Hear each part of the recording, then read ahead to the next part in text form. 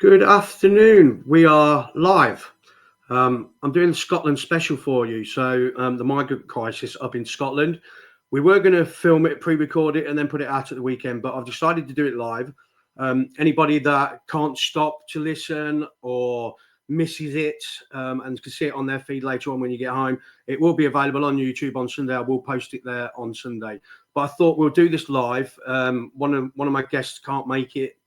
Looks like he's in hospital. He's trying to log on, but not sure if he'll be able to. So I've got two gentlemen here from Scotland that are prepared to speak out about what's going on up there with the migrant crisis. It's worse than what any of us would realise because we don't hear what's going on up there. A lot of it seems to be covered up, and it seems to be getting worse day by day. Now, the stuff that I've been sent is eye-opening, to say the least, but we'll go into that as we go through. So I'm going to bring both my guests on together. I'll get them to introduce themselves, whereabouts in Scotland they're from, and then we'll get right into it. Please get involved. That's the whole point of doing the live, so you can get involved, you can comment, and I will read your comments out as we go through this. So I'm going to bring in Jason. Hi, Jason, you okay? Hello, yeah, not too bad. Yourself? Yeah, I'm all good, mate, all good. And I'm going to bring in Dave. Dave, how are you? Hi, Jason. Hi, Mark. How are we doing? Hello. Fine, yeah. Good stuff. So, Jason, can you tell us whereabouts in Scotland you are? A little bit about yourself, if you don't mind, and then we'll move to David after that. Yeah. So I'm from Aberdeen, 36. I'm not working at the moment. I'm on disability. I've got pretty bad PTSD, so I'm not able to work with that at the moment. So. Okay, mate. And Dave, whereabouts in Scotland are you, mate? I'm not in Scotland. You're not in Scotland. I actually live in England currently. Okay. I actually live in England currently, but most of my work is in Scotland.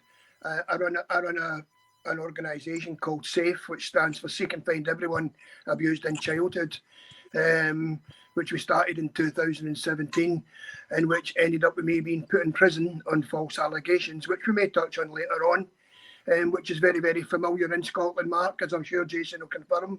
Yep. But yeah, this is something hopefully we'll go into. But as I say, I'm a campaigner. Very, very quickly, I spent my first 16 years in the care system, where I was sexually abused and trafficked over to Ireland and Scotland and London by paedophile priests, put into satanic ritual abuses. And then when I was 16, I landed on the streets and became homeless for over 20 years, trapped in addiction. A very, very hard existence. And then I met my first ever girlfriend, Alice, who was also Scottish. And she became pregnant. I did the honourable thing and married her. And then exactly after 5 weeks we were married, I woke up one morning and she was lying in my arms dead. And I ended up back in the mental hospital. So if you bear in mind all this trauma that I've been carrying out all my life, I'm 65 now, and for the last 25, nearly 30 years, as soon as my wife died, I became a Christian. I decided I wanted to be a child abuse campaigner. And I've campaigned all over the world. But most of my work, as I say, is done in Scotland. Wow. Okay, yeah, we will definitely touch on that. I'm sorry you've gone through what you've gone through. Yeah, that's upsetting to hear, to be honest. I just want to say good afternoon to Yorkshire Lion and JMR, who are both watching this, as well as 78 others at the minute. I'm sure that will creep up.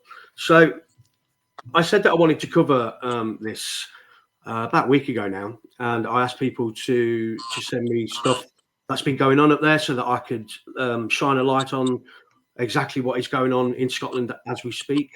So I'm just going to give you an idea of what I've been saying. Hopefully these two chaps will be able to give more insight to it, because Jason especially is living there as we speak, and Dave been campaigning for a long time about abuse from ethnic minorities as well, grooming gangs and such. So the sort of thing I've been sent, and a lot of it, basically what a lot of people have said to me is, it's mainly in the big cities as now, and rural areas are generally untouched, as so to speak. But they say that in city centres like Glasgow, Aberdeen, where Jason is, there's gangs of migrants going around on mopeds, and causing chaos wherever they go. There are children and women being accosted in the street, sexually touched, sexually assaulted, raped, and a lot of these migrants are taking over certain areas of the city. I've been told that in Glasgow, certain areas are literally no-go areas in the evening because migrants gather and they cause mayhem, to be honest. I've heard of assaults, I've heard of rapes, and I'm hearing that this is in the big cities, Aberdeen, Glasgow, etc., etc. But it is starting to slowly creep into the rural areas and into towns and villages as well. There's migrant hotels everywhere, everywhere, and they seem to be opening more and more and more and more. I've been told about Mears, who is a housing association, I think, that generally used to cater for Nigerians, but now they are building homes specifically for migrants. And as we go week by week, the migrant crisis up there is getting totally out of hand. I can give you some examples what people have been sent, but I want to hear from these chaps first. Jason, I want to hear from your point of view because you're living and breathing it daily. I know, Dave, you're not there, but I also want to hear about your historical things that you know from Scotland as well. So if we start with you, Jason. Yeah. Lots of people have said that Aberdeen is turning into a shithole, to be honest. It's Because of really migrants. went downhill. So I don't know if you could just share some insight, please, if you don't mind. Yeah, so they've opened up an immigrant hotel down at the beach. And at the minute, it's all closed off because they're rebuilding and they're putting in like parks and stuff. But lately, there was a warning put out that women weren't to go down to the beach because apparently groups from the hotel were chasing them down and then, like you say, accosting them. And there was another warning put out just the other day saying that there was a man in a car and he was just being really rude to this woman, basically saying, oh, he's like, oh, white women have no heart. You should come back with me. We should have sex and stuff like this. And it was just like, oh, like the beach never used to be that bad. Like there was nothing. It was remotely like that in the past, but maybe in the past, like I would say, like 6 months to a year, we've had like other things happen because there was a man. It was jailed, and he was an Iraqi that was actually living in Glasgow at the time, but he came while he was in Aberdeen. I'm not sure, but he got arrested and he got jailed for 2 years because he touched like the behind of a 12-year-old in a swimming pool, like just in front of people, and he got done for that. So yeah, then there was that. Then I think maybe about a month after that, there was a man that was swinging a machete at a window. And he was like egging on police and stuff. And yeah, it's getting bad.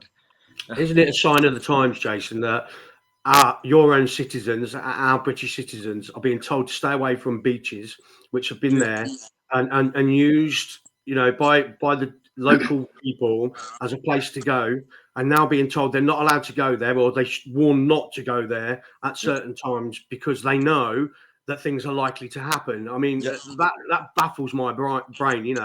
So they know that what they're doing is when they're putting migrants in these hotels and homes and things like that, they already know that there's going to be an issue.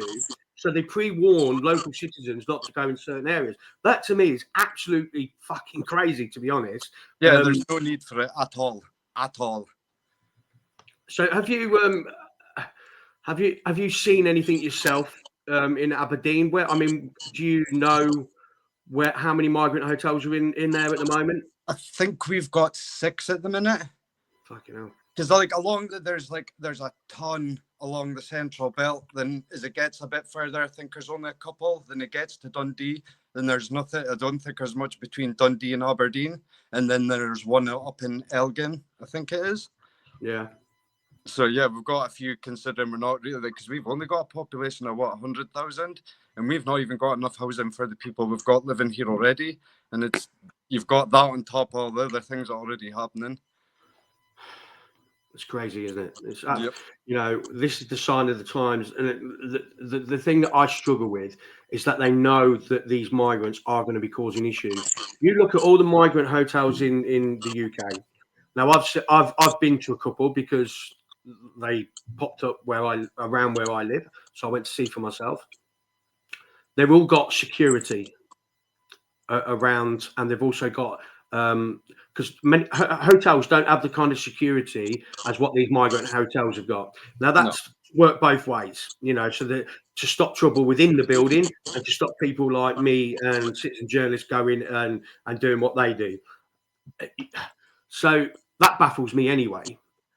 And it seems to be in Scotland that these migrant Labour put out a news release a few weeks ago, basically saying that they were closing down migrant hotels because they were shipping them off on planes, which we never see, but they claim that they've sent 15,000 people back to places. I call bullshit on that, if I'm honest.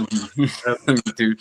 All I seem to see is other hotels opening up to house these illegals. And that's what they are. They're illegals. These illegals are coming into the country, Scotland, England, Wales, wherever, and they're being given hotels, three meals a day. They're being access to to healthcare, and that's on site, by the way, and a dentist on site, by the way. Yep. Giving mobile phones, and they're giving universal credit. Our money, what we've worked hard for, that we pay our taxes for. We expect our taxes to go to make our lives better, but they're not. They're going to make illegal immigrants' lives better. I'll just read something from a lady that I know. She basically says there's new migrant hotels in Falkirk, and there is at least three guys there that has been reported chasing girls in Callender Park, and that's quite a regular occurrence there in Falkirk. She says every petrol station is now run by Muslims. Corner shops popping up everywhere. Barbers shops, like I think she said in one place there were 15 barber shops within a 1 mile radius, and she said they don't even do anything; they just sit on their phones. So, is this money laundering? You know, I think I've always thought that. Yeah, I do believe that's what it is. But then I will, on playing devil's advocate, I've got a few barbershops where I live, and I'm only in a sleepy town. And I use these Turkish barbershops. So I go in and I know full well that they've came here legally and they do a good job and they work hard because they're all open. But there's others that don't, you know. So how do you think this plays out in Aberdeen then, Jason? Will you be staying and seeing it through? How can you see it getting any better, any worse in the next coming weeks and months and years?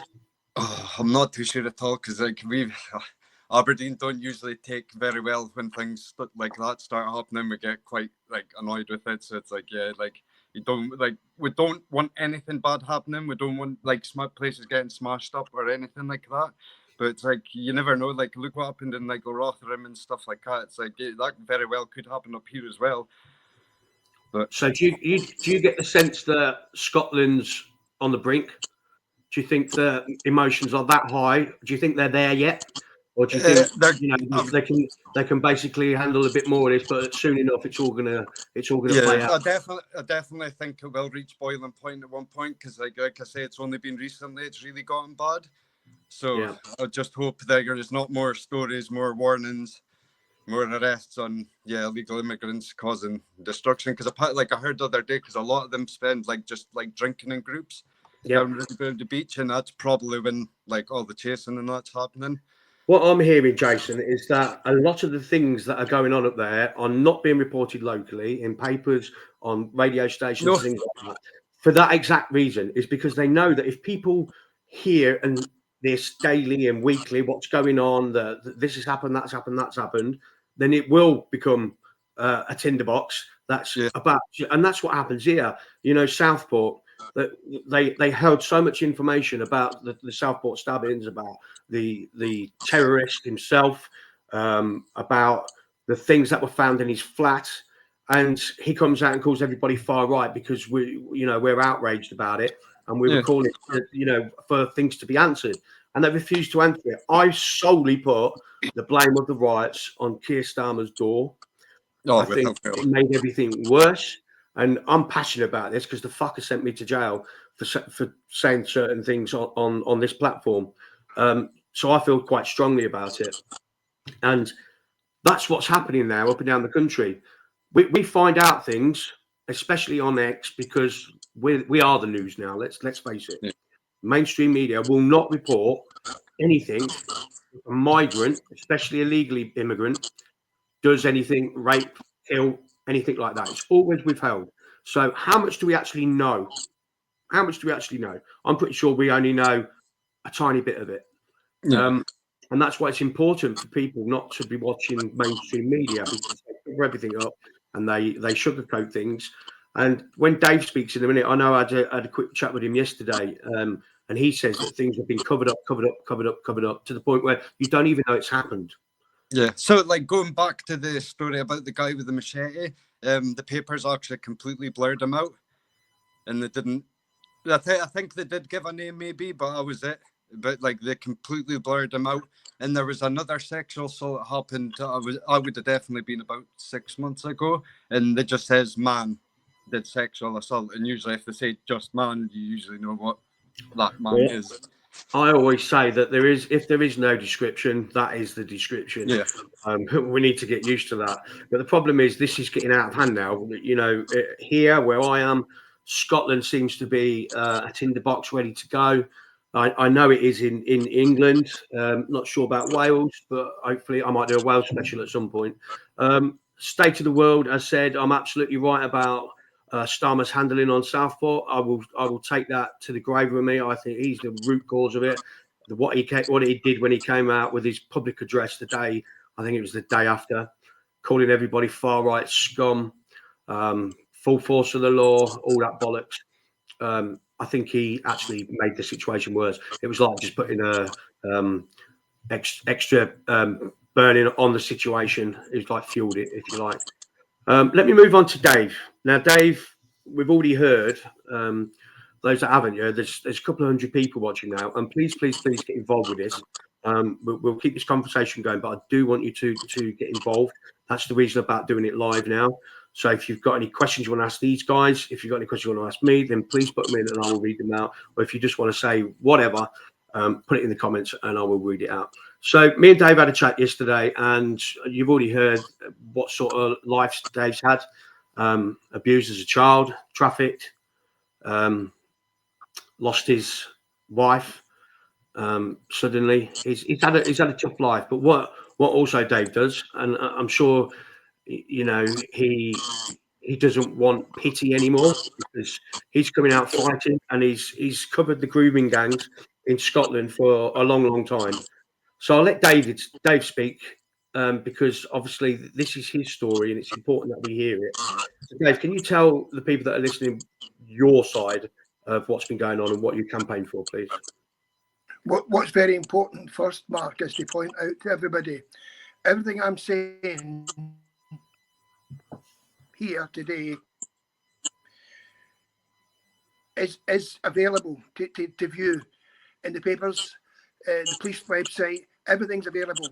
Now, what we're also, one of the things I wanted to come on here today for is to try and encourage as many people as possible to help us in Scotland to be part of the national inquiry into the grooming gangs. Every single day we're hearing people talking about this national UK problem, but nobody's actually saying what they've done. So let me just throw a couple of quick facts at you. In the last 3 to 4 years, almost 50 children in Scotland have been stabbed and 2 have been murdered, and it barely touched the papers. Now, let me read a statement to you that was done less than 6 months ago. Now, this was from Police Scotland, Mark, right? And this will shock you. Criminals from major cities such as London, Liverpool, Manchester, Birmingham, are expanding their drug networks into rural and suburban areas throughout Scotland. According to Police Scotland, there are more than 50 county line, drug line, child abuse grooming gangs active in Scotland, bringing cheap drugs, extreme violence, grooming children, people trafficking, commonly in smaller towns where there is no existing local gangs strong enough to resist their extreme violence or to compete with their prices. Auchinleck in East Ayrshire seems to be the only case of locals driving them out last November. Now, I would advise anybody watching to, if you've got a pen and paper, write down Auchinleck, Auchinleck, or CH rather. This is going to give you a perfect example of how Scotland is covering up these crimes. And now everybody keeps asking, and we keep asking the question, why does nobody ask why? Why is it the grooming gangs seem to get as far as Newcastle, Carlisle, and then it seems to stop? Do you actually believe that? Does everybody actually believe? The answer is that for many, many, many decades, Scotland has a problem with dealing with child sex abuse. Yep. And anybody who talks, we know for the last 50, 60 years, between 65 and 75% mark of people who are in prison were sexually abused as children. Most of these people were in the care system. Now, what happened is these people went on to commit and become career criminals. And as the years went on, they too had their own children. Now, most of these were abused by the church, I might add, the Catholic Church and the Church of Scotland. And in England, it's very similar with the Church of England. But what happened is these kids go on to have children of their own. And when these children grow up, they have trouble in these dysfunctional families. And they too end up in the care system being sexually abused. But the only difference is, and we have to go back a little bit of history here, Mark, when you're talking about child sex abuse in the UK, you have to talk about how it originated in the care system 100 years ago, and how the churches poured in and were abusing the children en masse in Scotland and in England. And what happened is, while we were being abused and trafficked and put into these ritual abuses and put into coffins and taken into these woods and hung by ropes and beaten by dozens of men, our families and our communities were being threatened into silence, not only by the church, but also by the local authorities who worked for the church. You know, and it's never changed. The church has worked its way into the whole of society, and that's never changed. But what happened is, by the time the early 70s came, Mark, when everybody started pouring out of these care homes, the first thing they did was anybody who spoke up about child sex abuse, we were put straight onto prescribed medication. And this led to masses of addiction. And then this is the same time, anybody who knows, is old enough to know and has any long-term and passion about this, in the early 70s, Mark, this is when addiction started to explode. This is when homelessness started to explode. And this is when the prison population started to explode. And when I explain this to a lot of social workers and people like that, they think, I never looked at it like that, Dave. I never realised that was... But what happened as well at the same time, Matt, is we started getting these people coming across from other countries. And these so-called... I don't know what you call them. I don't want to discriminate about or use any deformity around. But these Asian people started coming over. And what happened was, when they went into the care system, the doors were wide open. Because the Catholic Church had done the job for them. And it was so easy for these people to go in and abuse the children in the care homes. And because the biggest weapon they had was the silence of the people of Scotland. And nothing's changed. And when we go back to sort of 2010, 2011, again, if anybody wants to know more about this, go into my Twitter at DaveSharp59. I've chronologised the whole lot. We go back to 2010 and 11, where we had Operation Cotswold. Now, what this was, Mark, was in Glasgow city centre. It's called the Four Corners, with McDonald's in one corner, Boots the chemist. And what happened is this Afghan grooming gang started working and operating in that area. And this was in 2011. And when the police finally got to arrest the people, there was 26 to 35 victims. Young girls, mostly in the care system.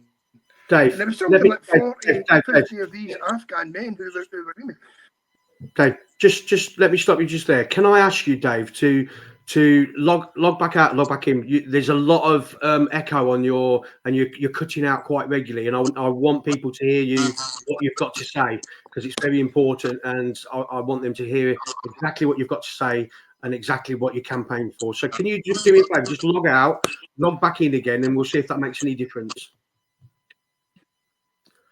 Jason, Yeah. how much of that rings true to you, mate?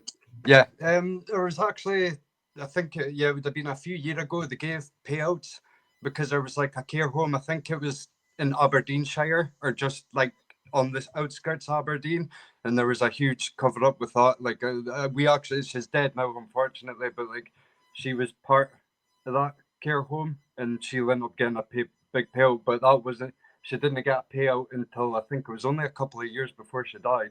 So they waited before they even said anything to her about it to be like, oh, you were right, sort of thing. But apparently she wouldn't even speak about the things that would happen that were that bad. She didn't really like people coming near her or anything either. Wow. It was just. Let me see if we can get Dave back up, mate. Yeah. Dave, welcome back.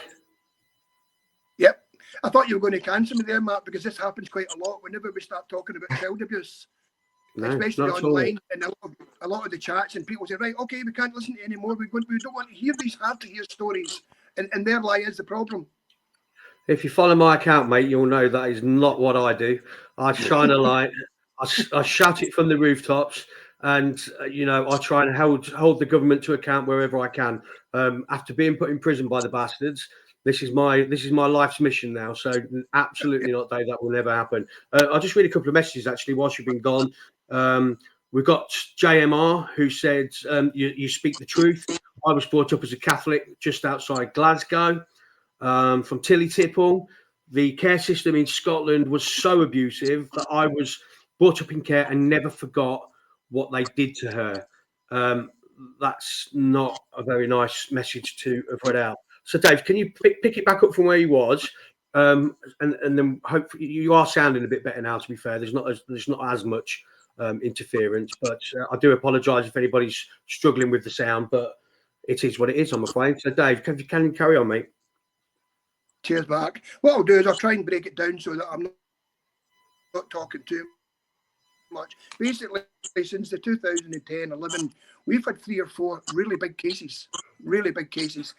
Operation Cotswold, Operation Sarah, and Operation Dash. Now, in each case, there was dozens and dozens of young girls and dozens and dozens of Muslim grooming gangs, predominantly working in taxi firms and takeaways. Many of these are still, the situation is exactly the same today, especially as equally in Edinburgh and throughout all the other cities. But what happened in every single case, when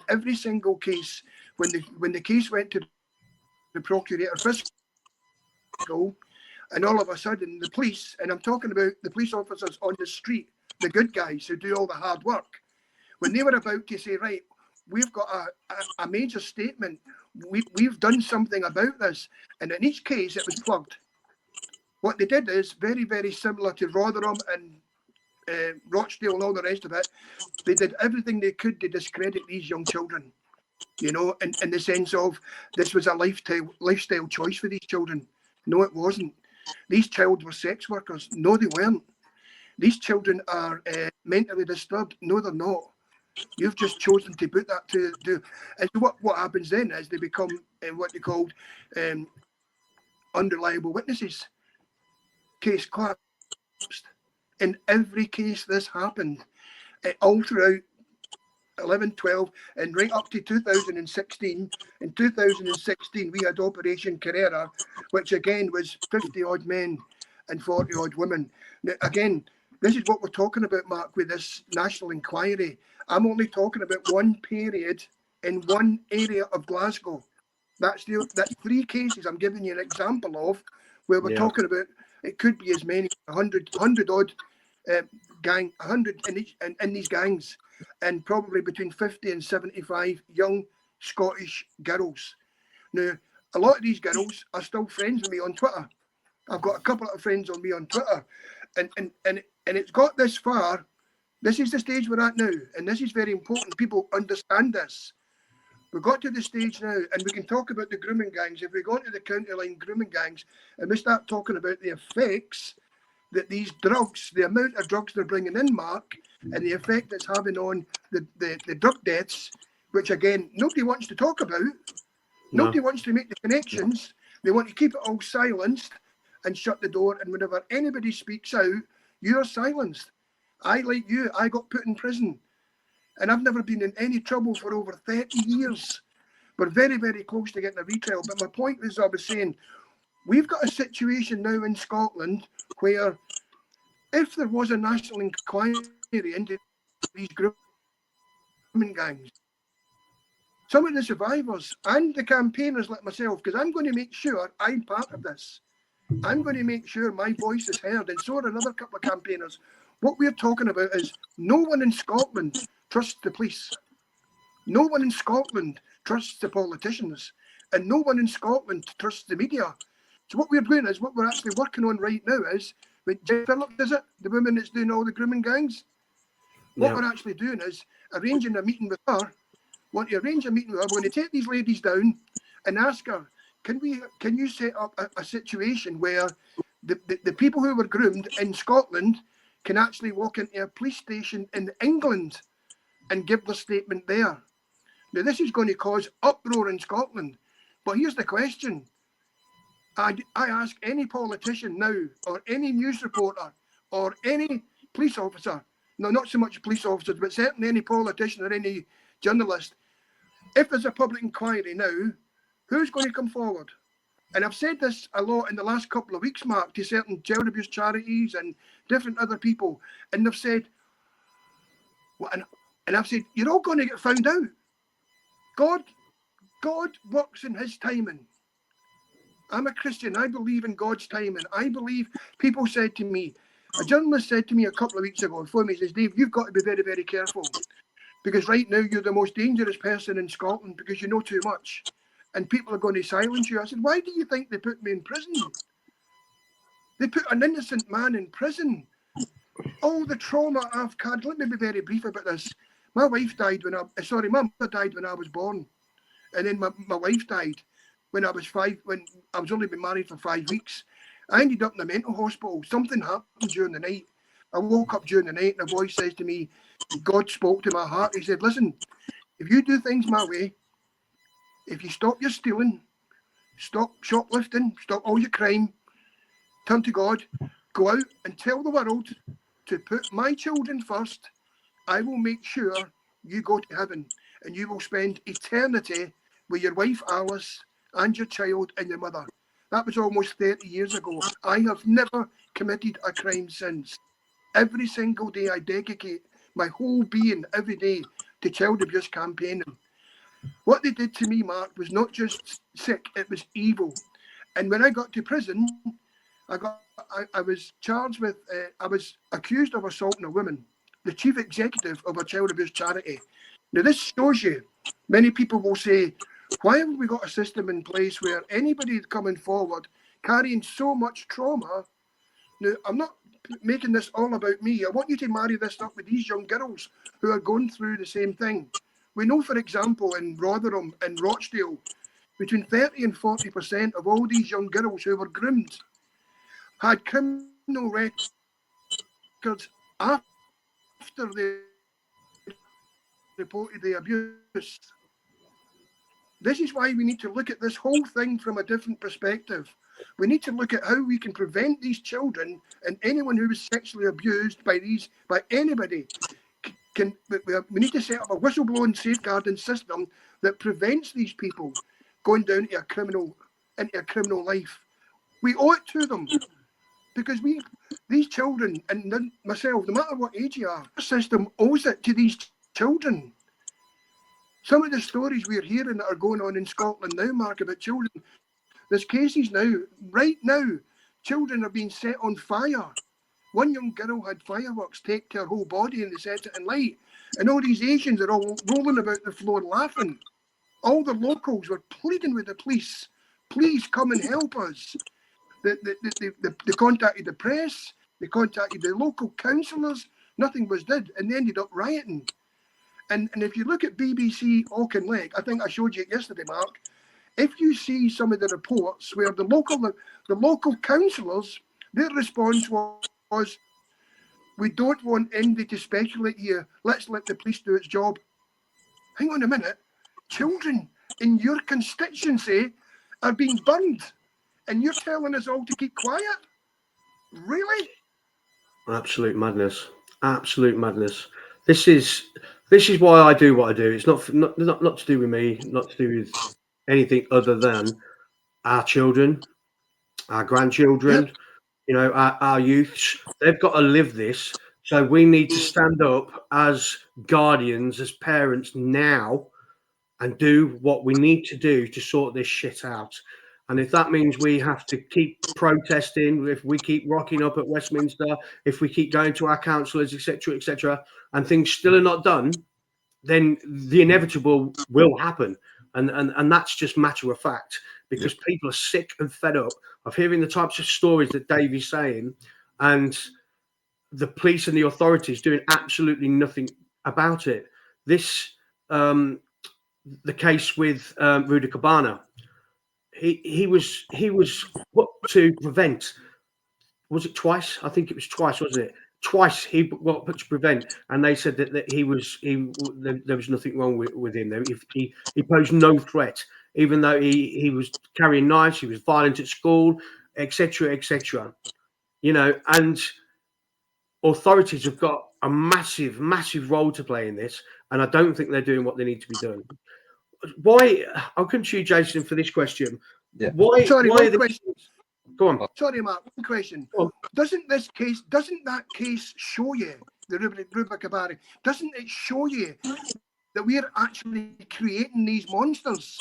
This guy was born in this country but became what he was because he chose something else rather than the way we live, and he wanted to kill white children. So at some point, we have to take responsibility. And if the politicians aren't doing it, then we need to take the responsibility away from the politicians.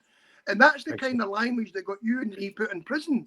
So we have to find a way that we do this, that it has to be beyond the politicians' responsibility. We have to create an environment where our children can feel safe enough to come forward. But you also have to create an environment where nobody's going to go through what we suffered. So that's why it's so important that the voices of survivors and whistleblowers are heard. Because at the moment, what you've got is a justice system that's set up to fail survivors, Mark. Yeah, 100%. The problem we've got up and down the UK is the mainstream media don't report what needs to be reported. I don't know whether they're told to say certain things. So a lot of things go unmissed. And when there are protests, I was at the Tommy Robinson rally at the weekend, you know, mainstream media, not a thing that there was nearly 100,000 people marching through Westminster. No. Not a thing. That's why I don't turn the mainstream media on anymore. I get my news from X and from platforms and citizen journalists. And I think that's a massive part of the problem, And the authorities know that if all of these cases and incidents were out within the public domain, I think they fear that civil unrest is inevitable, you know, and I think that's why there's so many cover-ups. There's, you know, so many things that get brushed under the carpet, but that has to stop. It has to stop. And I think part of the problem is as well, and agree with me or don't agree with me, I think part of the problem is our schools, our culture, everything what the UK should be, it's just been eradicated. And it's been eradicated by mass immigration. You know, schools don't do prayers like they should, sitting on a cold, hard floor singing hymns. I used to love that when I was at school. No grace when you're ready to eat. None of that. Instead, and I'll just read this letter out, Jason, before I come to you. Instead, they're being taught that a man can have a baby in his belly. I've seen the books. I've seen the leaflets of a man can do this. That they get taught that two women being together is absolutely fine, and that two men being together is absolutely fine. And it's okay for somebody, if they want to be a cat for the day, can be a fucking cat for the day. It blows my mind. Beyond stupidity. You know, if you want to be in a relationship with a man, be in a relationship with a man, but you don't have to force it on anybody else. You know, we don't have to, mind what we say and what we do just to make sure that you're happy with your life decisions. Do you know what I'm saying? Yep. And if somebody fucking came up to me and said that they were a cat, I'd tell them you're mental, mate. You need to go to a fucking loony bin because you're not. Yeah. I'm a big believer in there's two genders, there's male and female. I believe in God, and I believe that our culture, our way of living, and Christianity is under attack in this country, and that is the start of it all. Because our kids are being exposed to fucking nonsense from early ages. Somebody sent me a letter, and this is a Dear Parent Guardian letter. So tomorrow, I won't say the date, it's recent. Each class in year 2 will be attending a 30-minute workshop with Imran Katawi, a speaker from Muslim Learning Services. This workshop is directly linked to our year 2 curriculum in RE this term, which is learning about Muslims' beliefs and how we should interact. This is from a primary school in the UK that we are. Listen, I don't mind different religions. You do what you got to do, yeah? What I do have a problem is with radical Muslims that blow up our children, that do nice attacks on London Bridge, that blow up arenas. And if I didn't have a problem with that, what sort of man am I? You know? Jason, what pretty evil. I disagree, agree with any of that stuff. Yeah. So Tilly has put another message into the chat. She said she reported the abuse when it was reported her abuse when she was 10 years old. Police social worker at the time and head a home at time. Worker at a time and head a home at time. That doesn't make sense to me. As there was about 700 kids in her home. Head slapped, flying across the room, reporting it, and people being beaten up. This is the abuse that she got. I think what she's saying, I can't quite make it out, but they were physically assaulted at a very young age, which is totally unacceptable in any surrounding. Jason, I'm going to come to you. Yeah. Why do you think that things are covered up to such an extent from the general public? Is it solely to quell any unrest, or is there more to it? What I'm trying to get at here is there people in high places involved in all of this?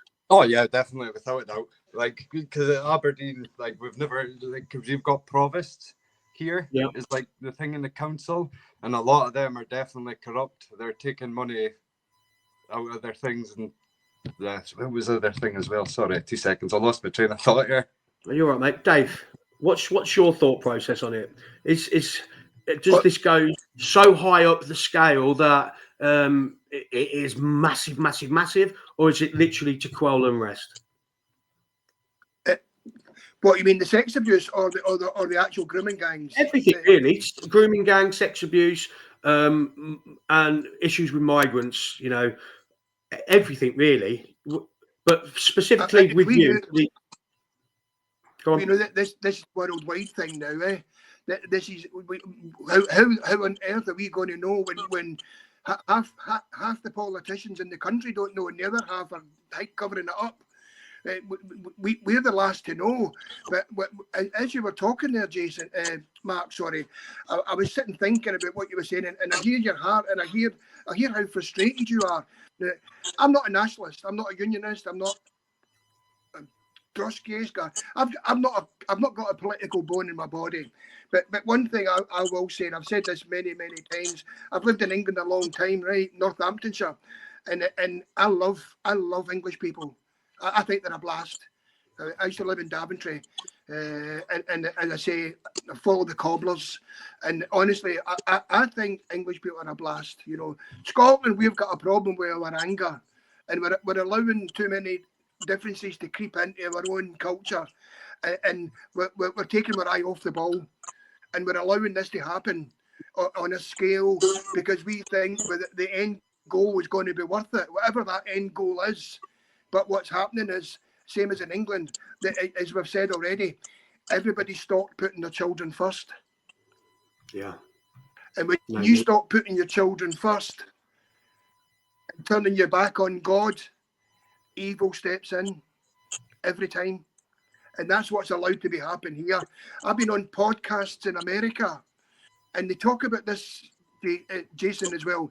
They talk about this in a completely different perspective, and they can't understand how, you know, the church leaders aren't come out in more support. Why the evangelicals and, you know, and what have you. And the answer is that everybody in this country is out for their own political or personal gain. And everybody's rushing forward to get something that they want for themselves. And they've thrown away the baggage of caring and morality and ethics has all gone. And when they do that, when the children that they are hurt, and you speak out, they'll turn their guilt onto you. And you're the one that gets in trouble. And I say, we've been talking about this when the riots happened, right? And people were starting getting put in prison. Child abuse survivors and campaigners, we were saying, welcome to our world, because we've been silenced for years and years, not just in Scotland, but predominantly. Scotland has always had there's a saying going now that all over the world now, survivors of clergy abuse are coming forward in their thousands. Lights are coming on across the globe.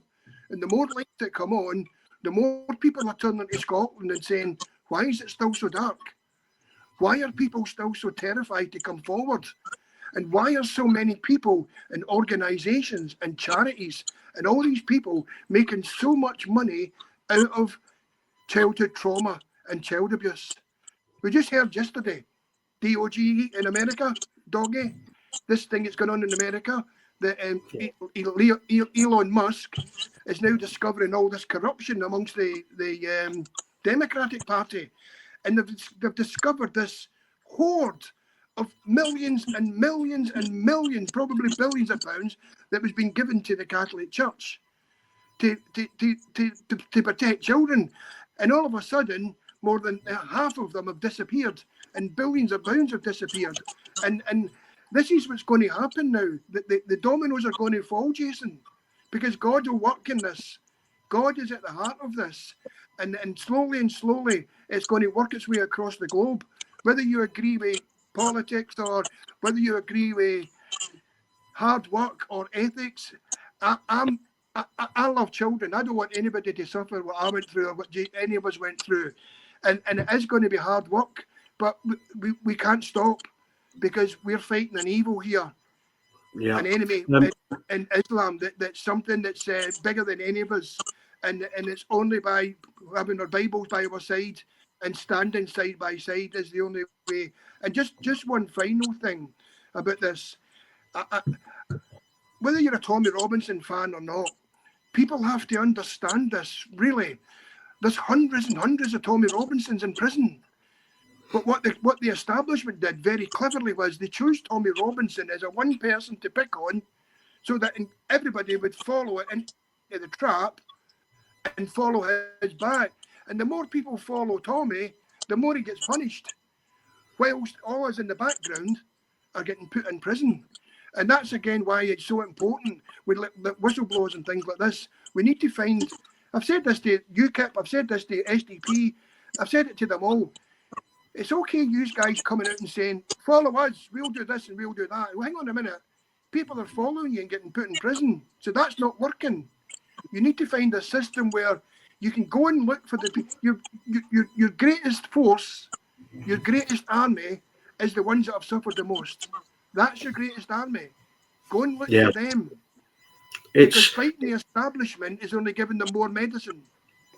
Oh, 100%. I mean, you look at the grooming gangs that's come out recently in England. Massive news for 2 weeks, but nobody's talking about it now. So you can understand, why survivors and people that campaign to shed a light on the grooming gangs are so frustrated that it does get some spotlight on it for a period of time, but then it just dies away again.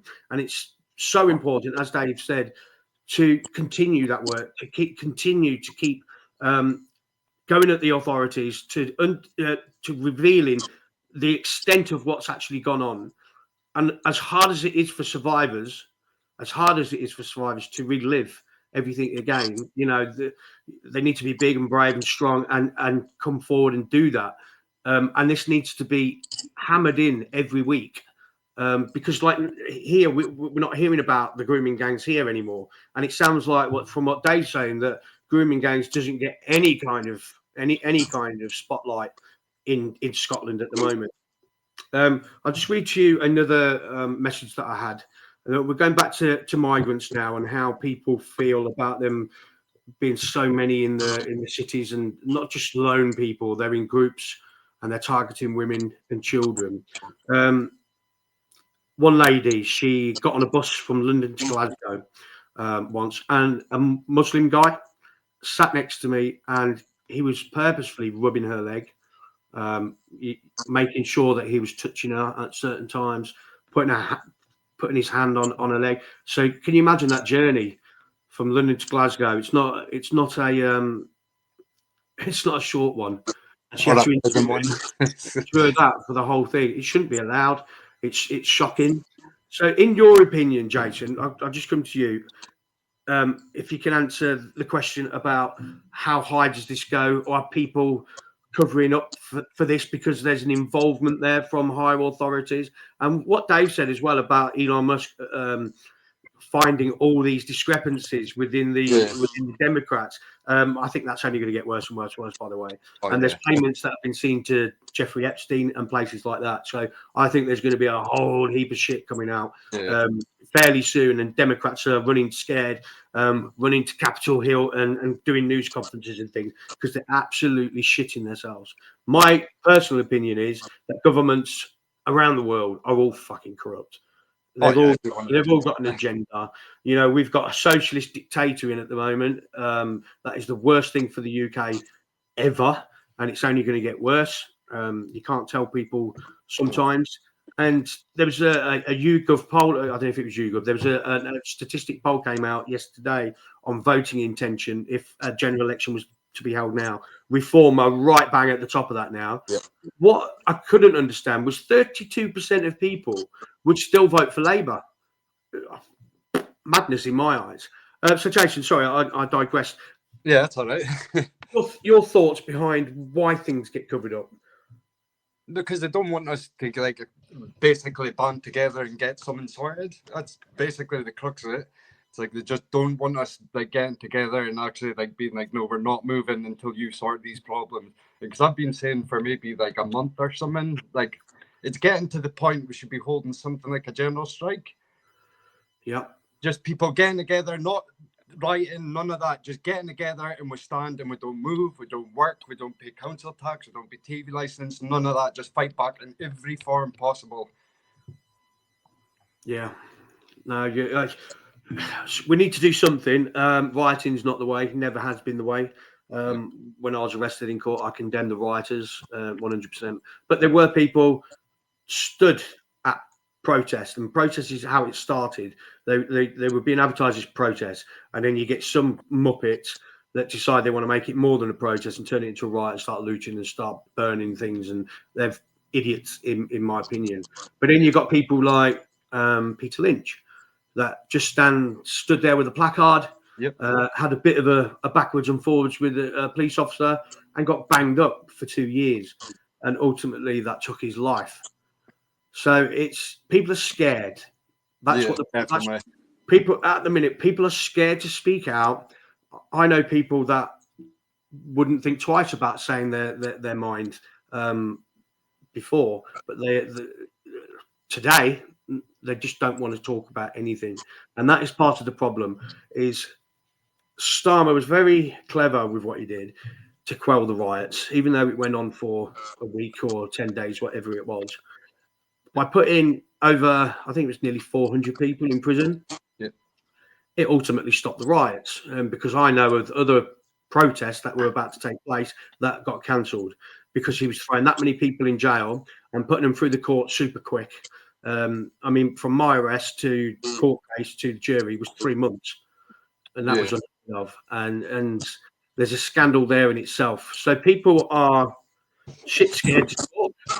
There's obviously a lot going on in Scotland that we down here don't hear, but it seems that people up there are not hearing either, you know. And what do we do? What is the best way to stand up and be counted for our children? I speak to a lot of people and they say the only way is civil unrest. It's civil unrest on a grand scale, and that's the way to do it. I don't agree with that at all. I do agree with taking to the street. I do agree with going to Parliament. I do agree Westminster. I do agree from closing roads and whatever down. And we do that on a regular, but people can't keep going and doing that daily. So what is the answer? So Dave, what's the answer for you, mate? For me? Yeah, if you say we've got to stand up and you've got to be counted for our children and to protect them. I'm not talking just about grooming now. I'm talking about the migrant issue as a whole. What do we do? Okay, let's look at Southport again, right? When you look at Southport, some of us have got this theory, right? Again, it's about cover-ups. It's about silencing. It's about silencing the whistleblowers, right? We know there was a period where they stalled, right? Many of us, especially survivors who have our own instinct, when we know right and wrong, when we know when someone's lying to us, Mark. And this, I'm going to say it, I don't like to be personal. I'm not that kind of person. But that policewoman, the Scouse woman, it was kind of very obvious that she was lying from the start. She wasn't on the side of the victims. She didn't come across as caring enough for the victims. And what happened there is, and again, it marries on to this latest incident in Glasgow with the grooming gangs, the white grooming gang with the 3 children. And what they did is they've got to make sure that their backs are covered.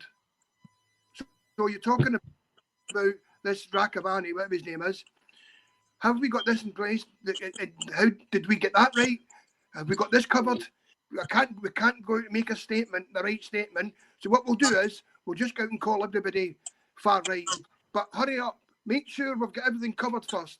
And that was the period when the red lights were going on for a lot of people, Mark. A lot of people were thinking, no. And it's very similar to Brexit. People took English people and British people for mugs.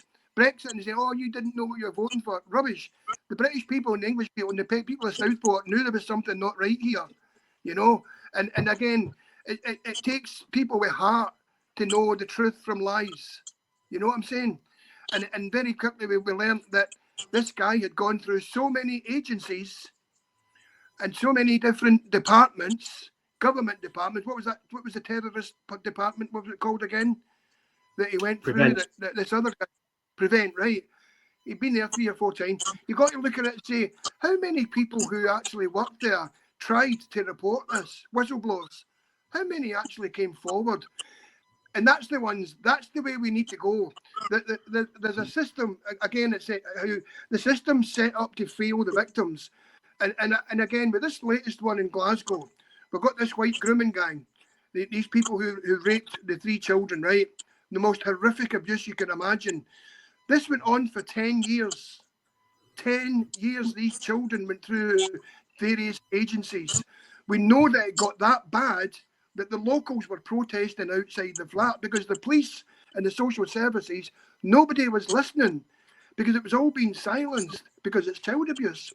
And what we want to do now is we want to reach out to these whistleblowers and say, you know, and it is, a lot of people are now talking about it because, as I say, when you go back to Rotherham, when you listen to people like Maggie Oliver, all these people who are right boots on the ground, yeah.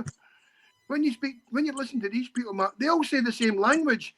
All these kids were silenced. All these kids were criminalised. And again, it's silencing. We've got to look at the criminal justice system, and we've got to look at the Bible of what gives them the right. If someone is pursuing justice, right? If you're accused of something, say take my case, you're a child abuse survivor, you're campaigning, you're exposing what's right and what's wrong, and you're going forward with damned in evidence, and then your false allegations made against you, and then you're gaslighted. This is the language that's used all the time. Who at what point decides that you're a stalker or you're a criminal when you know all you're doing is pursuing justice, but stalking, gaslighting, discrediting, isolating? There's something in there, Matt. There's this cancer that has the authorities, the criminal justice system, and the politicians. It's a defense mechanism that they've got rooted in there. And again, we call it the justice system Bible. We need to take that from them and change it so that in every case you put the survivor first.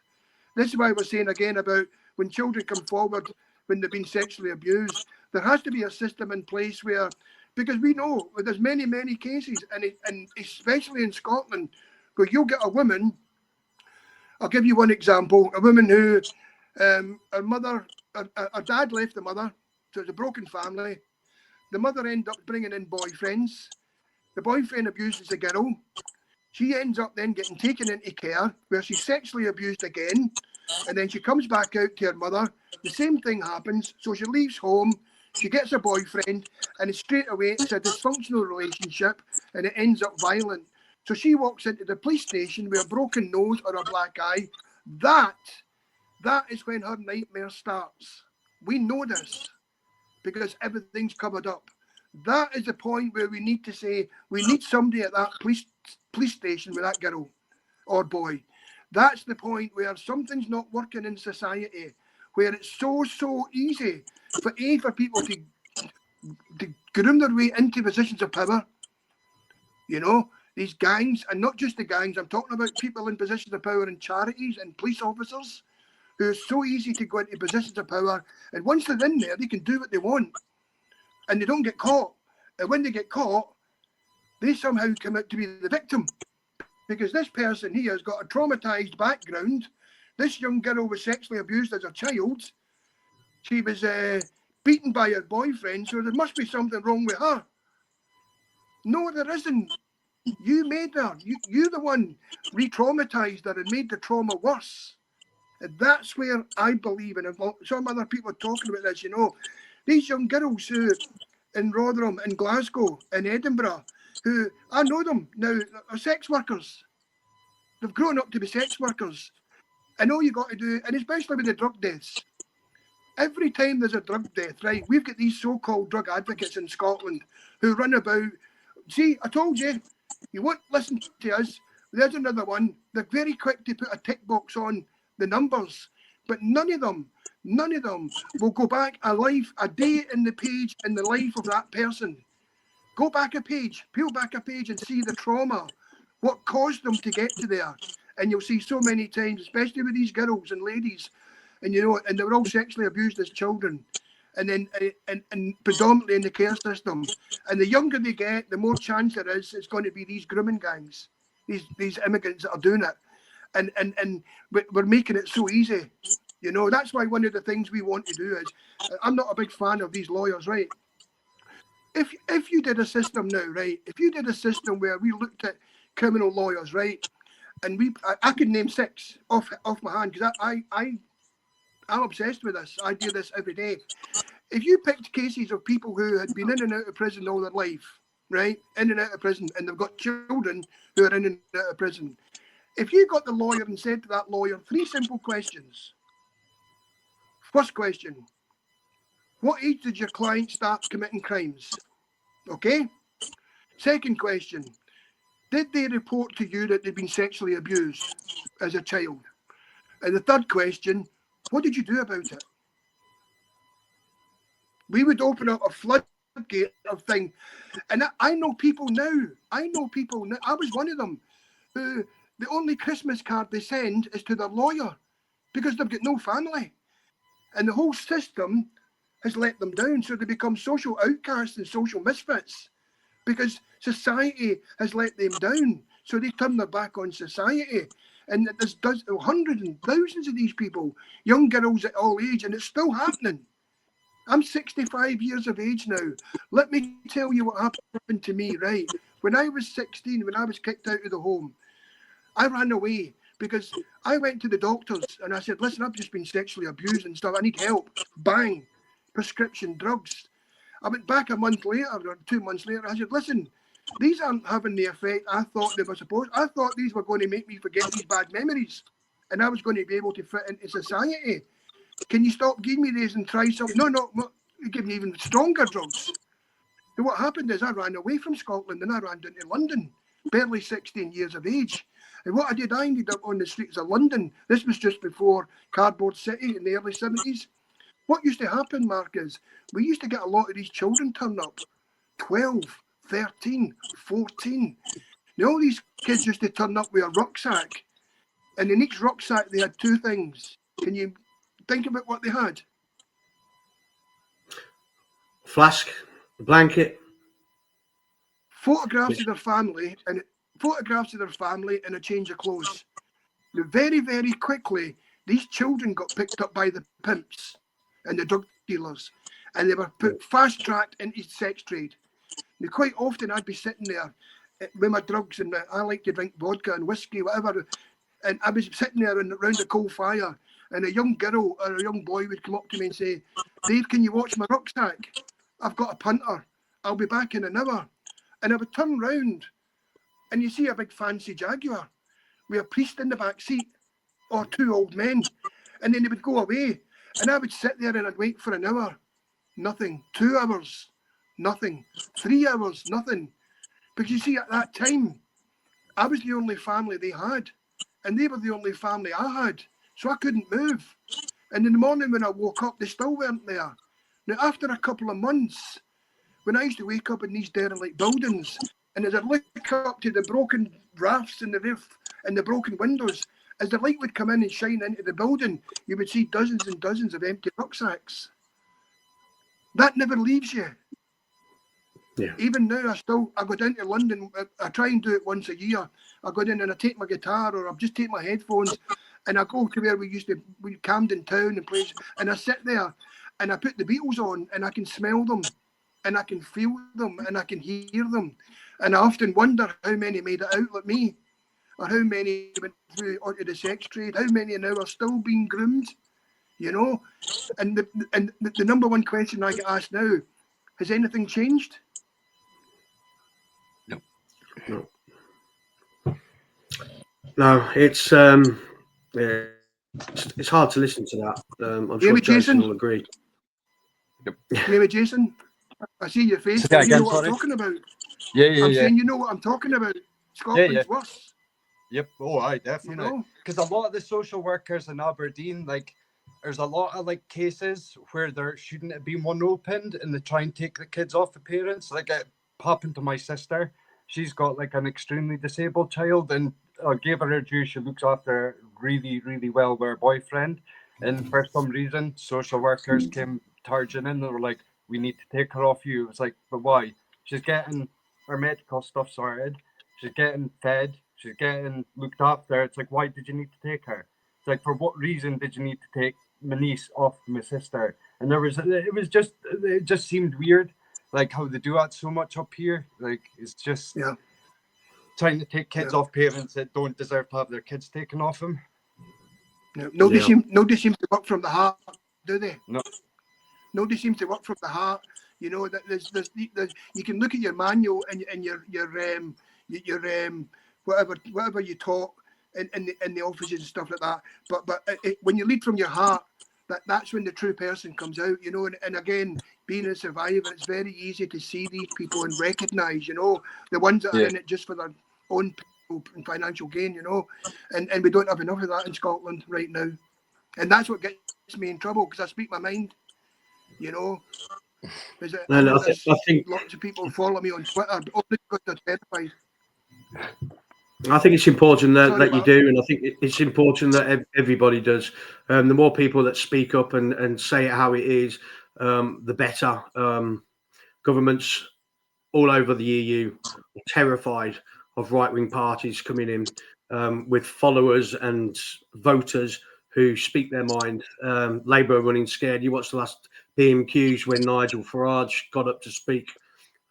He was basically jeered for the whole 2 or 3 minutes, so nobody could hear what he had to say anyway. And that wasn't by accident. That was all planned. And the same with the other guy, with Richard Tice, same sort of thing. Whenever you see any right-wing party, I'm not just talking about Reform, any right-wing party on a panel show, anything like that, they're always cut short. They're always, and our authorities up and down the country and in the EU, for that matter, are letting our children, are letting us down. I think part of that is because of silly diversity roles within organisations that poo-poo things and say you can't say this, you can't say that, or we can't move with that. I think we need to get rid of all diversity roles, exactly like they're doing in the United States. And Reform will win the next election. I'm certain of that. Especially, you see how people are going to vote if there was an election today. So that is going to happen. But then you listen to Nigel Farage and some of the things he's come out with, and he says it's just not as simple as deporting people. Yeah, Nigel, it is. Yeah. Because America are doing it. It just takes a bit of bottle to do it. It just takes a bit of bottle and for you to say, do you know what, fuck it. These people shouldn't be here. They're illegal at the end of the day. They're causing mayhem around our streets up and down the country. They're tormenting our females. They are raping our children, and they are causing hassle. And they all need to go. What's it like up in Scotland, Jason, with regards to the police? Here it's a 2-tier police force here. Oh yeah. Is it the same up there? Yeah, just as bad. Like there was 2 people that was arrested like last month. And they robbed a 91-year-old man that had dementia. It was like 2 folk, and police released him without charge, no bail, no nothing. Just went, okay, you did it, go. So they're definitely covering up a lot of other stuff because they're not even mentioning it half of the time. Because the only reason that was able to be found out was because it was put up on Facebook. But other bar that was nobody would have knew about it. Wow. That's part of the problem as well. Do you have Palestinian marches up there? Yeah, unfortunately. Is that a weekly thing? No, they were really bad for maybe a couple of months last year, but then it kind of died down. But like I live next to a place called Castlegate, and there's like a stand that stands in the middle, and you sometimes see them there on like I think it's usually weekends, and they'll be throwing in the usual Palestine shite. Yeah, it's horrible watching them week in, week out in London. So it was nice to get on the Tommy Robinson rally and see a sea of red, white, and blue. But also what you seen was a shitload of riot vans, a shitload of police, and a lot of kettling at the start. They started us at this certain point where we were all scrammed in, and it wasn't by accident that we were starting there. That's what the police said we were going to start. And I think it was all set up to get people frustrated and kick off, but it didn't. But you watch these Palestinian march, and they just march through unopposed, singing whatever they want, chanting whatever they want, and never comes of it. And then you see a march with patriots and the amount of riot vans and things. So I was just interested to see if Scotland was the same. Yeah, because usually when they're standing at Castlegate, they'll have like max 2 police and maybe a car or a van, and they're just standing there with their hands behind their back. Like it's like, yeah, but you won't do anything else though. Yeah. Yeah. Listen, it's quite clear that there's a problem all over the UK, not just in England. Yeah. We do need to pay attention to what's happening in Scotland as well. Just out of interest, you two, independence from the UK, would you vote for it or against it, Jason? Wait, say that again. Sorry, independence. Would you vote for or against? No. Dave, if you were up there still? I've lived in England most of my life. I'm 65 now. I'm kind of ready to retire. But as I said, and I've said this, that what happened when I was born, my mother died and they put me away for 16 years. And then in 2018, 2019, when I became a campaigner, and I campaigned all over Scotland, I did things that nobody's ever done before. And I just want to touch quickly on the police, what you're talking about with the police. Yeah. I I got a letter of commendation. I've stood outside the Scottish Parliament 4 or 5 times during the 2014 referendum, when it, when it was all crazy, all the yeses and the noes, and it was just chaotic. Well, what we did is I got a 16-foot banner, and I said, forget the referendum, look after your children first. And I stood right in the middle of them, and people come, no, you shouldn't have been doing that. This is not the time. And I said, listen, if you got something you want to tell us, you want something off your back. In the space of a week, we had like 100 people came over to us and said, listen, I was abused. And they threw down the yes flag. And they said, can I give out some of your leaflets? We need to start talking about child abuse. And I actually, at one time, I was outside the Scottish Parliament, and the police came over and said, we want you to come downstairs because there's a police station underneath the Scottish government. So they took me into this room, and it was right big knobs with the stars and what have you, and other police officers. And remember, these guys all carry guns and shit, yeah? Sorry, I just swore there. But you're fine, mate. This woman, chief inspector, says to me, she says, there's something very special about, we watch you, what you're doing. There's something very special and something that's really, really needed in Scotland. And we want you to know that police officers on the street dig what you're doing. Everybody gets what you're doing. And because of you, we're getting more people coming forward. And I'll give you another example. When I was on the streets of Glasgow, on George's Square, we stood there 5 times for like 3 days at a time. And I'd get a lot of people come up to me, a lot of the old people saying, what's the point of coming forward reporting child abuse? Happened to me in the 60s and the 70s, and nothing happened about it. So I contacted the child abuse unit in Livingston, near Glasgow. And I said to them, can you meet with me? So they met with me. And I said, tell me what's different now. What's different with reporting? What's changed in the way of reporting child sex abuse? What are you doing different that we didn't do in the 60s and 70s when we were all coming out the homes and we were getting put straight on drugs? So they met me and took me in an office and sat me down. We spoke for a couple of hours. And then what happened then is I started to go back onto the streets.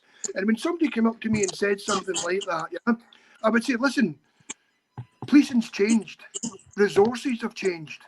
Attitudes changed. And what you've got to remember as well is that paedophile rings don't change. Paedophile rings continue for years after years after years. And the point is that you, whoever I'm talking to at the time, you could be the missing link for a paedophile ring that's been going on for years and years. I never thought of it like that, Dave. I never thought of that. Now, when you fast forward 10 years or even 5 years to the grooming gangs, what we're seeing is the same thing. It's like the grooming gangs now, we have now got the whole of the East Coast. What they're doing, Mark, is they're using the rail lines. So you've got the Western Link, Aviva, the Western Link going up to Manchester, Liverpool, straight up the west coast of Scotland, and they're using the East Coast right up to Aberdeen, where Jason's from, and they're using these routes to stop off at the smaller towns, and they're dropping off, and they're using young children, grooming young children to go in and they cocoon these people's houses, and they're spreading it out, and it's a cancer. And you're going to talk about independence. Let's talk about our children first, eh? Stick your independence and stick it all up your bootsy. Let's sort out our children. Let's sort out our country first. Let's get back to the time when Scotland was known all over the world for putting our children first. Let's get back to that first. And I think 99% of the people in Scotland want that. You got this small percentage, Mark, that you're talking about, so-called capital P politicians who have distorted, disturbed, falsely given these hopes out to so many people, and at the same time turned their back on the children. And you want us to get independence? Because with these grooming gangs, what you got to understand is, what's it called again? Sorry, excuse me. What happened with the grooming gangs? 99% of these come up from England, right? Obviously, they're all coming up from England. It's a unit in England. They operate the whole thing. So what they do is they tell Scotland, Police Scotland, listen, there's a gang coming up to Aberdeen. They've been here. You can follow all this. I follow it. There's places you can go and find it if you're interested, but nobody is. And you can tell where they are. And the police, and I know I'm going to get in trouble for saying this, but we have to be really, really honest here. I've spoke to police officers in England that say we're so fed up with Scotland because they won't give us the information. They don't give us the right information. We have to tell them what we know to get so that we get more out of them. And every year they have a conference, and I followed the conference last year or 23. You can follow it online, and I followed it and I listened to it the whole 2 days. I think it was on, and I listened to every minute of it, and it was kind of obvious that the frustration that the headquarters in England have with trying to get more information and more response and more cooperation with the police in Scotland. And again, I've got to be careful. I'm not talking about the police officers on the floor, on the street. This is, as you know, the high up that you talked about earlier on, the high up. And that's where the war is. And that's the ones that say, right, snap your finger, put Sharp in prison, get him in prison now. Yeah. I was never interviewed by the police. I was never interviewed by a lawyer. I was sent to prison. I had these accusations made against me, and I've never seen any evidence and no psychiatric report. This is one of the other things we're trying to get. Anybody who was sexually abused as children should be afforded a psychiatric report before you go to court, or any court hearing. If you, especially if you, I mean, if I say especially abused in care, that's unfair on family abuse and such like. So I'm being a bit prejudiced when I say that. Please excuse me, because that's most of my abuse is institutional, right? But we have to work out a system where anybody who's come forward to prevent them going through this, as we spoke earlier on about this justice system. But the police on the streets, honestly, Mark, many police officers on the street are as frustrated as us. So independence. No. You know, I've got friends in Alba. I've got friends in SNP. You know, when I'm campaigning on the street in Glasgow, I'll get a man come over or a woman, and she'll say to me, I live in Springburn in Glasgow. I've been a drug addict most of my life. I'm 55 years of age now. I was abused in the Catholic Church, or I was abused here, and I've never had any family. I'm happy at home. I have my fix every day or my bottle of vodka. I love Nicola Sturgeon. I'm an SNP fanatic, and well done, Dave, and keep up the good work. Now, do you think I'm going to start slagging Nicola Sturgeon? Because I'll lose her. I'll lose her confidence. And I don't want to do that. So that's why I try my best to be anti anything political, because it affects every level of society. And I know so many people that, you know, and everybody wants, are you a Rangers fan or a Celtic fan? Everybody wants to know the answer to that, you know. Dave Sharp, you know, well, let me tell you something. In 2017, I did something that was quite extraordinary, right? I was trying to get the Catholic Church to come forward and put out more counselling services for abuse survivors. They didn't listen. I was asking a few things. I thought, right, I prayed to God. I said, God, what do you want me to do here? God said, I want you to go to the headquarters of the Roman Catholic Church in Glasgow and stand outside there chained to a 10-foot cross. I thought, don't be silly, I'll get murdered. This is Glasgow, for God's sake. I can't do that. But it kept in my head. It kept eating my head. And I said, okay, I'm going to do it. So I phoned the police. I said, are you on drugs, Dave? Are you back on drugs? I said, no, I'm not on drugs. I phoned the church. They said, oh, no, go ahead. We know you won't do it. So I did. And I got a 10-foot cross. You can see it all on Twitter. And I stood outside. I was going to do it for 10 days. And everybody thought, but what happened is, the point I'm trying to make is, and this is what God used me for. God uses us all in the most extraordinary ways. Not one single person came up and got angry with me. Not one single person came up, threatened me, or did. A couple of times, Mark, I had people come up on a bike. They would circle me, and I thought for a second, this is somebody who's like a Celtic supporter or a staunch Catholic who doesn't agree with what I'm doing, and I'm going to get stabbed. That happened a couple of times, but then in an instant, I found out they were survivors who wanted to talk to me. But what happened is, dozens upon dozens of Catholics came up and said to me, Dave, thank you so much. This is what we need. We need to talk about this. We need people like you to come forward. This is the only way we're going to deal with this. And again, it's this infestation, this cancer that's just riddled the whole of Scottish society. You're either this or you're that. None of us are together, you know, and it's so sad. It breaks my heart because although I hate my country, I love my people, or vice versa. Although I love my people, you know, but Scotland, not just me, when I went into prison, Mark, the charges, the original charges of assault were dropped, but only if I plead guilty to lesser charges of sending menacing text messages. So a bit like the writers, yeah. And I said, well, what do you mean? I said, I've not threatened anybody. I tried to commit suicide twice because I couldn't cope with the false allegations. But in the end, when I went to court, they said, right, how do you plead? I said, what am I pleading guilty to? Right, that's it, 60 days, get this man out of my court. And they sent me to 60, serve 30. So when I was in prison, I was taken in a room by these officers, and they said, Dave, we know who you are. You're a child abuse campaigner. We've seen you on the news. We've seen you on all the papers. He said, we have to tell you something. You can't talk about child sex abuse in here. I said, he says, we've got too many survivors, and we don't have enough resources. And then a couple of nights later, I was in with the mental health team, 2 women. And this woman said to me, Dave, we hate this job because we know that most of the people we talk to were sexually abused as children, but we've been told we're not allowed to bring it up. And I said, well, that's what I've been talking about for years. And that's why these grooming gangs are now getting away so easy with what they're doing. You know, it's like these advertisements. They talk about, come over here, you can get this, you get the dole money, you know, and you can abuse the children at ease. So easy.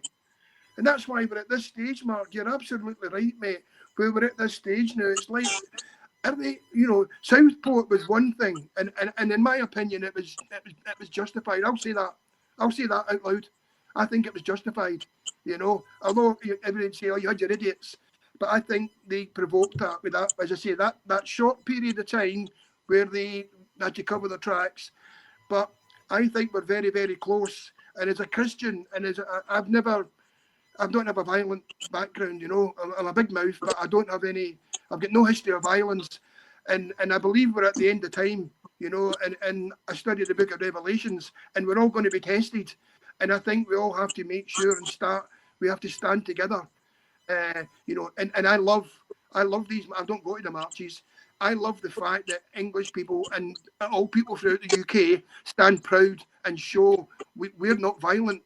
We're peaceful. We're marching for our children, and it's so obvious to see that, and that's what makes me proud to be British. And again, I'll get people here saying, "Oh, he's British. He's not Scottish." I can't win either way. You know, as Jason will tell you, you can't win in Scotland. You've got to be one or the other. But, you know, and for people's information, when I was in the home, I was an orphan. 16 years I got put in the care. And then all these other boys kept on going home at weekends and at the holidays. And this was the time when they used to go home, then these minibuses would turn up at the homes, and it'd be priests and politicians. And that's when they used to take us into the woods and tie us up and beat us and rape us and do horrible things. And I forgot what I was going to say now, but yeah, I've kind of forgot what road I was going down there. But yeah, so I'll stop there. Yeah, we've been going for an hour and a half. I wanted to speak for an hour, so we'll come to the end of it for now. I think it's evident that the issues that we face here are most certainly issues up there as well. Oh, yeah. There's all that stuff going on here as well. I hear different things every single day. Please leave your comments on this. I will post it onto YouTube as well. Thanks to the 430 people that have been watching. You both spoke really well. But we have to, as Dave said, we have to stay united. We have to work together to find a solution to this. I'm not sure what the solution is, but I know that something needs to be done. There's too many illegals roaming around our country, unvexed, documented, and doing terrible things, rapes and sexual assaults. And every day now there seems to be a letter sent to schools up and down the country to be mindful of X person standing outside, or that there's been an incident of this, that, and the other. So my advice is stay vigilant. Follow accounts that speak out. Speak out yourself.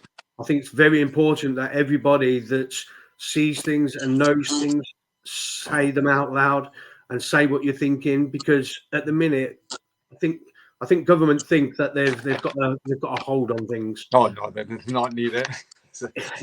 Exactly. So it's important that we stand together, and I thank you both for coming on my podcast today to speak out. It's, you know, I've been sent so much stuff from Scotland that I felt that I had to do this. So thank you for speaking out. It's a massive problem under there. Dave, can you just tell us what you're holding up there, mate? Sorry? What was you holding up there? I was just plugging my Twitter account at Dave Sharp 59. At Dave Sharp 59. What I'll do for both of you, that I'll put both your handles into the comments on this video, so anybody that wants to follow either can do so. Thanks to everybody that's got involved with the messages. Tilly's been really involved. I won't read too many more out. Let me just find. She said that lots of children were sent to Canada and Australia from care, and parents weren't told. I don't know if you can confirm that or not, Dave. If that's a thing. Yeah, if you look on my Twitter, every couple of years we do a vigil. If you look on my Twitter, you'll see a Scotland flag and an Australian flag next together. And on the Scotland flag, we've got survivors first. And every couple of years, we do a vigil in Glasgow to remember all those children who were sent over to Canada and Australia who'd never seen Scotland again. So these are our brothers and sisters. These are our children. And we never, ever forget them. No, and nor should you. The abuse of children is something that should never be hush-hushed, should always be spoken about. And the migrant crisis of unvetted immigrants doing all sorts up and down the country, it needs to be spoken about. This light needs to be shined on this every single day of the week. We need to stamp our feet. We need to raise our voices. Amen. And we need to protect our children. Thanks for joining me, both of you. Jason, I'll say goodbye to you first. And Dave, thanks for joining, mate. You spoke really well today. I'm sure there's going to be plenty of people that want to connect with you and interact with you. So thanks for coming. Thanks for giving me the opportunity, Mark. No problem, Dave. So that's it. It's quite clear that these issues are not just here. They're not just this country. They're not just the UK. They're Europe-wide. We're seeing incidents all over the EU of rapes, of sexual offences, of murders, of knives, of stabbings, of terrorist attacks. And in my opinion, it's only getting worse. So when do we say enough is enough? For me, enough is enough now. But I can't do it on my own. I need people to come forward and say, look, let's do this, let's do that, and I will promote whatever needs to be done, as long as it's peaceful.